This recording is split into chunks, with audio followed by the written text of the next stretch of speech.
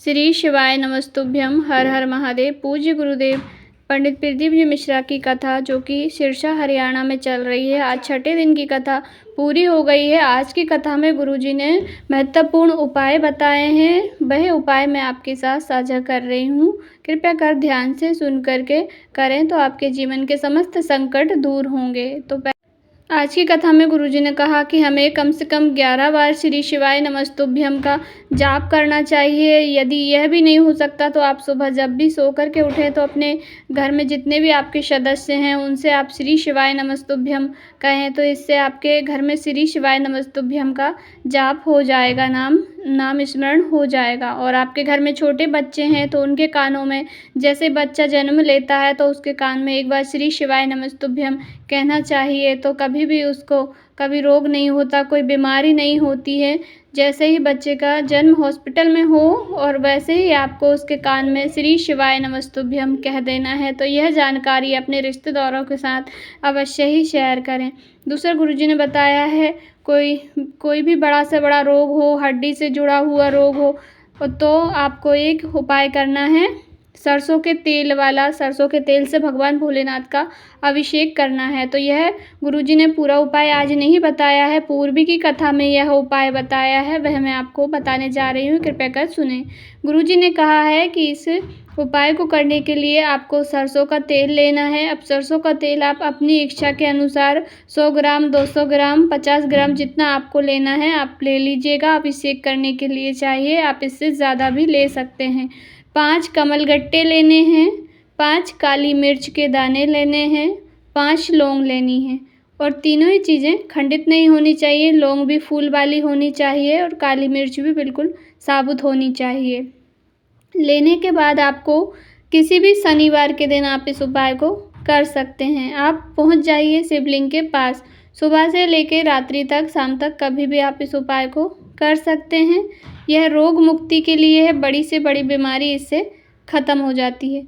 तो सरसों का तेल, काली मिर्च, कमलगट्टे और लौंग, चारों ही सामग्री को लेकर आपको भोलेनाथ जी के मंदिर जाना है। आप 1 लोटा जल भी ले जा सकते हैं और ले जा करके जब मंदिर पहुंच जाएं, उसके बाद सरसों के तेल में वहीं पे जा कर के सरसों का तेल के अंदर, सरसों के तेल को आप किसी भी बॉटल में रख के ले जाइए, या तो आप किसी पात्र में भी उसको ले जा सकते हैं और एक खाली पात्र भी अपने साथ ले जाइएगा जिसमें आपको सरसों का तेल लेना है।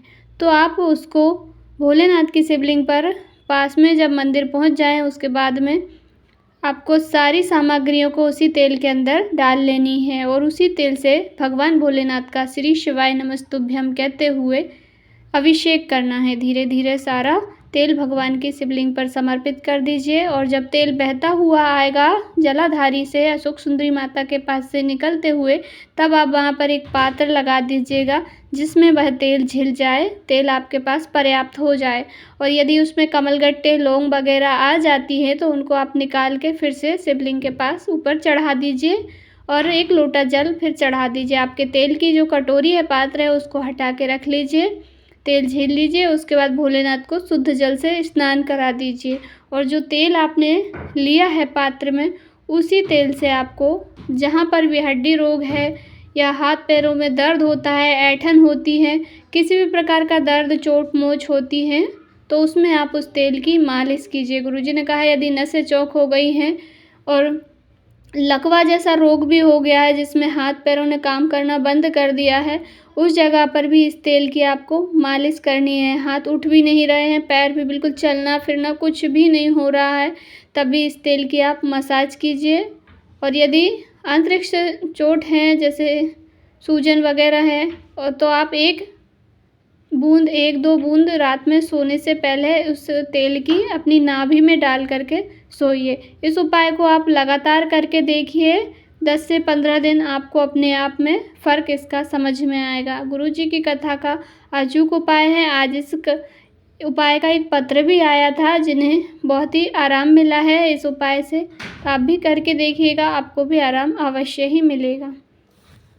दूसरा उपाय गुरुजी ने बताया है सरसों के फूल का। इन दिनों में सरसों के फूल आसानी से मिल जाते हैं, सर्दियों के दिनों में ही सरसों फूलती हैं, तो इस समय पे भगवान भोलेनाथ की शिवलिंग पर यदि कोई बच्चा है या बड़े भी हैं, तब भी यदि हाथ पैरों में चोट मोच है या अपंग है, अपाहिज हैं, उनके हाथ पैर काम नहीं करते हैं, लकवा जैसी स्थिति हो गई है, तब आप सरसों के फूल का उपाय 108 सरसों के फूल को भगवान भोलेनाथ की शिवलिंग पर किसी भी दिन समर्पित कर सकते हैं। ऐसा नियम नहीं है, पर आप सोमवार में, शिवरात्रि में सरसों के फूल समर्पित करके अधिक से अधिक लाभ प्राप्त कर सकते हैं। तो इस बार सोमवार की अष्टमी पड़ रही है, यदि आपको मिल जाते हैं सरसों के फूल तो आप इस दिन भी 108 सरसों के फूल भगवान भोलेनाथ को समर्पित करके अधिक से अधिक लाभ प्राप्त कर सकते हैं।